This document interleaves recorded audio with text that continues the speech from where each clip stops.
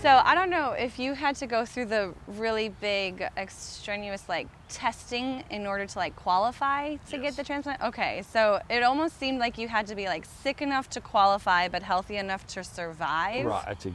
That's a good way to put it. Exactly the way it was. Yeah. So you're almost excited that you're sick enough to qualify for this transplant, and then, but you're healthy enough to survive. I know 2 people died before I did it.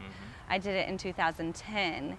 And so, did you have to do all those tests? Yes, I had to do all those tests too. Yeah. They had to make sure my organs were good enough, Right. but like you said, sick enough to do it, but healthy And enough then to even make it. check your teeth to make sure there's no infection in your gums, to check your bones. Yep, they check your bones, Did they your do heart, a your stress liver. test on you? No, I didn't do a stress Did test. you do a stress test? Yeah, they tested everything from the hair on my head to the bottom of my feet. Right. Maybe that's what they were testing for us too, though, when we like qualified for the transplant, is our determination and our will to live and get stronger and stuff. Because I was on death's door, and the doctor knew it, and they looked at me and they said, "Man, he's bad," you know. And Does it affect your organs? Like, what if it attacks your heart? that was my only salvation.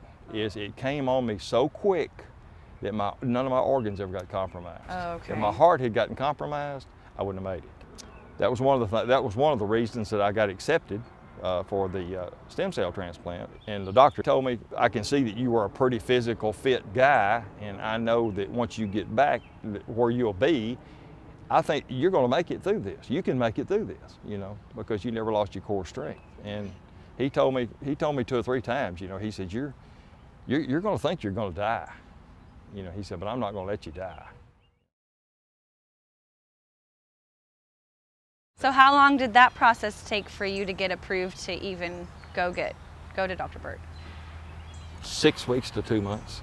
Oh, wow. You know, anything with the government involved, you know, it's going to take a while, and then those denials, 2 denials, and then to an arbitrator, and you're building a case file. You know, it takes time. So yours was a longer process, where I felt like mine was just happening so fast I wasn't even prepared. Mine was a process, and bear in mind, this process happened after I got home from the big clinic said I'm going to live 120 days.